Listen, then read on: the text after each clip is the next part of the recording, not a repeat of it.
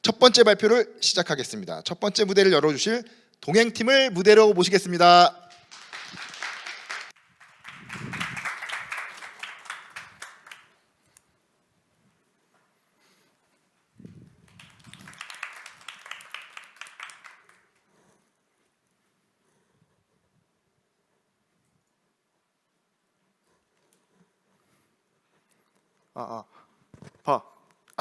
발표 시작하겠습니다. 안녕하세요. 동행의 힘으로 더 건강한 지역 사회를 향해 동행 발표 시작하겠습니다.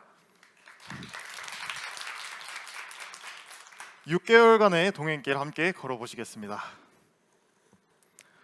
저희가 제시했던 문제는 농촌 지역의 의료 서비스 접근성이었습니다. 의료 서비스 접근성은 하나로 보는 것이 아니라 경제적, 심리적, 물리적 접근성으로 나뉠 수 있는 개념이었습니다. 그리고 저희는 이동에 연관된 물리적 접근성에 집중한 문제인식을 이어왔습니다. 도농 간의 의료 격차가 의료 서비스 접근성에 기인한다면 가장 큰 원인이 물리적 접근성이라고 생각했기 때문입니다. 그렇다면 왜 물리적 접근성일까요? 저희가 집중한 물리적 의료 접근성, 실제로 문제가 있을까요? 다음은 충북의 병원 분포와 미충족 의료가 이유로 물리적 접근성이 차지한 비중을 나타낸 지도입니다. 의료기관이 집중된 지역에서는 물리적 접근성에 의한 미충족 의료 원인이 비중이 낮게 나타났으며 그에 반대 상황에서는 물리적 접근성이 원인이 되는 미충족 의료 비중이 높았습니다. 이에 더해 거주 지역에 따른 물리적 접근성을 의한 미충족 의료 경험에 대한 연구에서도 물리적 접근성과 미충족 의료 경험에 대한 관련성을 보였습니다.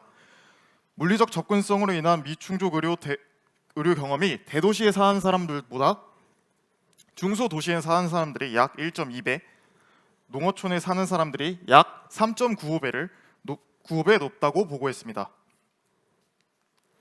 해당 그래프는 1인 가구 비율이 증가함에 따라 농어촌과 도시 인구의 미충족 의료가 어떻게 달라지는지에 대한 분석한 그래프입니다.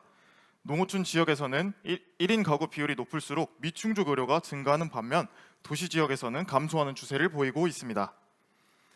1인 가구가 많은 농어촌의 경우 주변의 도움을 받을 사람도 시설도 부족하기 때문에 미충족률이 높은 것으로 보입니다. 지역 자체의 인적 자원이 부족하지 않다면 정책적 지원이 필요하다고 생각합니다. 실태를 알아보기 위한 인터뷰 또한 진행했습니다. 저희는 지원 대상 지역으로 설정한 원남면 하당리에 방문하여 기존 정책의 수혜자이자 우리 정책의 잠재적 수요자들의 목소리를 들어보았습니다.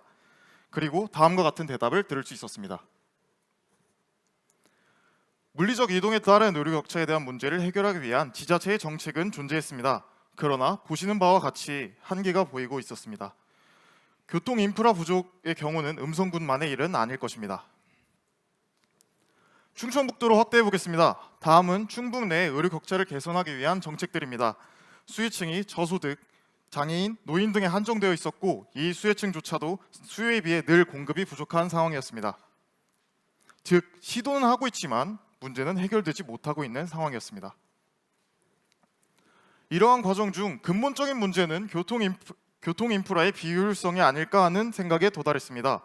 즉 교통 인프라가 잘 되어 있지 않은 것이 의료 격차의 원인이 되고 있지 않을까라는 생각에 도달한 것입니다.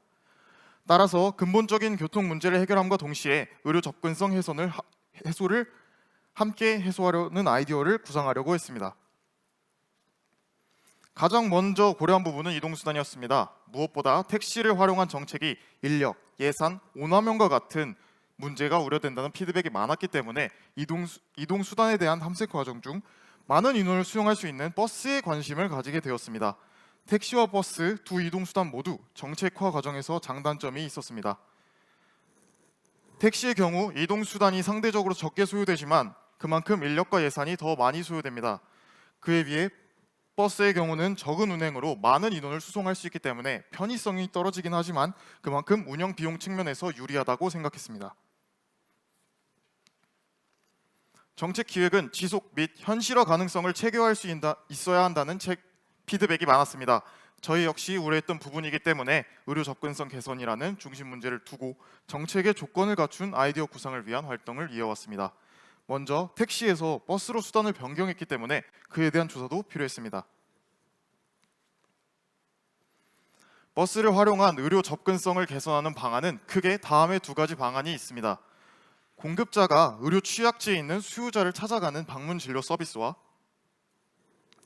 의료 취약지의 수요자를 공급지인 병원까지 이동하는 병원 자체 셔틀버스, 이동하는 주체에 따른 반대 방향의 방안들입니다. 그러나 취약지까지 공급자가 찾아가는 방법의 경우 세부 진료가 불가능하기 때문에 추가적인 진료를 위한 병원 방문이 불가피합니다. 또한 병원 셔틀버스 운영의 경우는 의료법 제27조 3항에 따라 법에 위배된다고 명시되어 있었습니다. 물론 예외 조항이 존재하긴 하지만 지자체의 허가가 필요하고 기존 운수업체의 반발로 쉽게 이루어지지 않고 있습니다. 충주시 의료원의 셔틀버스 운행 도입이 2015년부터 지금까지 아직 논쟁 중에 있는 것을 예시로 들 수 있을 것 같습니다. 여러 활동들을 통해 병원까지의 동행은 지자체의 통제 및 관여가 필요하다고 생각했습니다. 지자체가 정책의 효과적인 운영을 위한 허브의 역할로 위치하여 운영 주체와 협력체 간 협업을 위한 다리를 놓는 중개자가 되기도 했다가 정보와 자원이 집중되는 저장소로서 의료, 교통 데이터의 축적 및 공유를 가능하게 하고 이해관계자의 관리자로서 상이한 목표를 가진 협력 조직과의 상호작용을 통해 공동의 목표 달성을 촉진하기도 해야 합니다. 정책 구체화 이전 이해관계도를 구상해 보았습니다. 먼저 주민자치회를 통한 자체 인력을 공환하였으나 음성군 관계자와의 자문을 통해 이해관계 충돌 가능성을 발견하여 자칫 불안정할 수 있는 자체 인력 공급을 포기. 전국적으로 노선형 버스를 폐지하고 수요응답형 버스로의 전환을 하고 있다는 사회적 흐름에 힘입어 저희의 가치가에도 실현 가능할 것으로 판단했습니다. 기존의 노선 버스를 수요응답형 버스로 전환함과 동시에 가치가요의 아이디어를 접목시켜 의료 문제까지 해결하는 정책적 새로운 목표를 정립했습니다. 이는 기존 노선 버스를 수요응답형 버스로의 전환을 하는 것이기 때문에 별도의 예산이 들어가는 정책이 아니라 예산 운영적 측면에서도 유리함을 가져갈 수 있을 것입니다. 지금부터 세 가지 아이디어 포인터와 함께 가치가요를 소개시켜드리고자 합니다. 먼저 권역화 및 수요응답형 방식입니다. 수요응답형 모델을 모든 지역에 순환하는 것은 너무 비효율적입니다. 이동 시간 및 거리를 고려하여 관할 구역을 구분하고 해당 권역 내에 지정된 시간에 순환합니다. 그리고 운행 범위 내에 탑승 수요자가 생길 시 즉각적으로 정차, 하차 지점 및 경로를 유동적으로 변경하여 운행합니다. 가치가요를 통해 미리 예약한 손님의 경우 지정된 시간과 장소를 문자로 부여받아 보다 쉽게 탑승할 수 있을 것입니다. 두 번째 포인트는 기존 DRT 운영 범위의 확대를 통한 의료 사각지대 감소입니다. 현재 충북 혁신도시에서는 이 2대의 수요응답형 버스를 현대자동차의 셔클이 운행 중에 있습니다. 또한 음성군과 진천군 사이 충북 혁신도시에는 2025년 19개의 진료 과목과 약 300개의 병상을 가진 큰 규모의 국립소방병원이 개원될 예정에 있습니다. 현재 혁신도시의 DRT인 셔클 운영 범위를 확대한다면 일반 시민들도 이용 가능한 기관이기 때문에 음성군과 진천군의 국민들이 해당 병원을 이용함으로써 충북대학교 병원의 수재지인 청주시까지 이동을 하지 않아도 향상된 의료 서비스를 받을 수 있을 것입니다. 세 번째 포인트는 병원과의 협약입니다.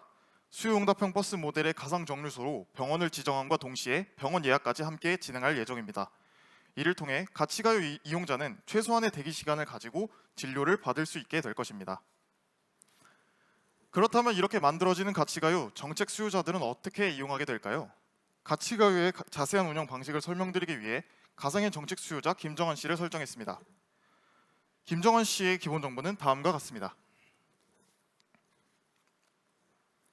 가치가요는 콜센터나 모바일 앱을 통해 이용하실 수 있습니다. 스마트폰 이용을 어려워하는 노년층의 특성을 반영하여 김정환 씨가 콜센터를 통해 가치가요를 이용하는 과정을 보여드리고자 합니다.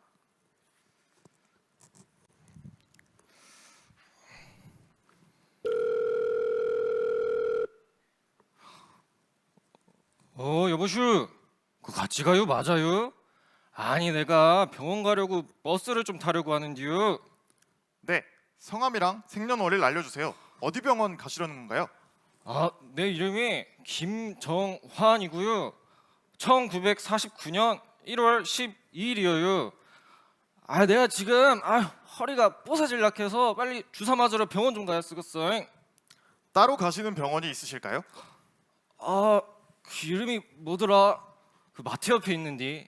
아, 동행병원이요. 수요자의 인적 사항과 병원 방문 목적, 의료기관에 대한 정보를 받고 가치가요와 협약된 의료기관에 자동적으로 예약되는 방식을 사용합니다.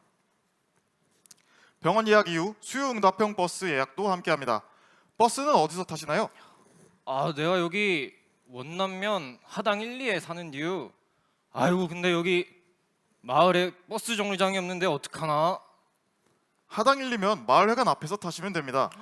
정류장이 없는 마을은 저희가 마을회관 같은 곳을 임시 정류장으로 지정해서 운영하고 있어요. 아이고, 그렇구만요. 이거 세상이 참말로 좋아졌구만 그래요. 감사해요. 허허허.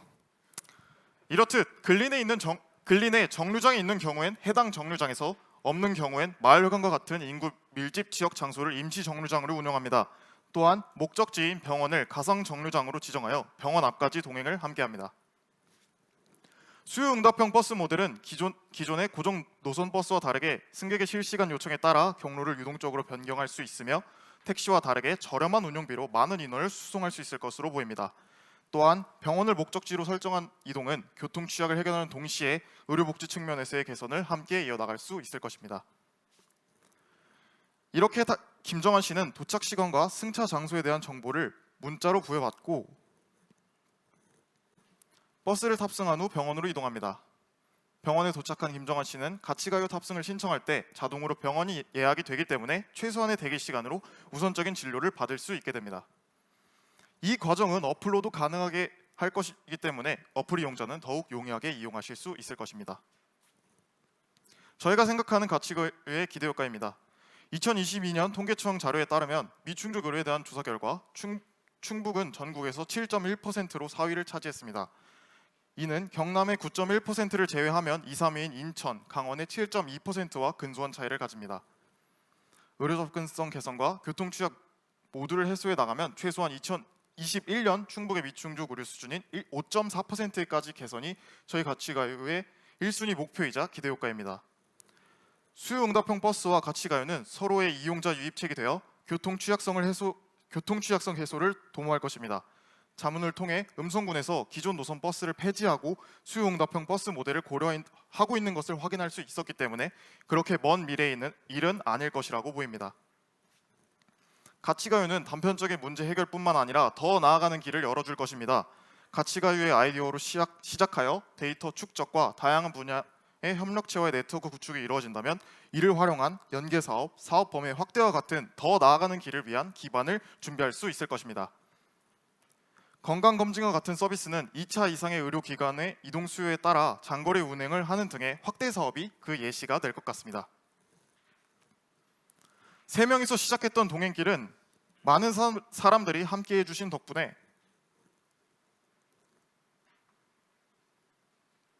이어나가겠습니다. 여기까지 올 수 있었습니다. 그러나 저희 동행은 단지 여기서 끝나는 것이 아니라 더 큰 도약을 향해 나아가는 반환점을 지나는 중이라고 생각합니다. 가치가요 정책도 앞으로 개선하고 확대해 나가야 하는 것처럼 말이죠. 영어킹 프로젝트를 통해 사람들과의 연결을 통해 함께 성장하고 협력할 수 있는 새로운 시작의 기회를 얻었다고 생각합니다. 앞으로 함께 동행하여 더 나은 미래를 만들어 나가실 수 있기를 기대합니다. 모든 분들 새해 복 많이 받으시고 긴 발표 들어주셔서 감사합니다. 지금까지 동행이었습니다.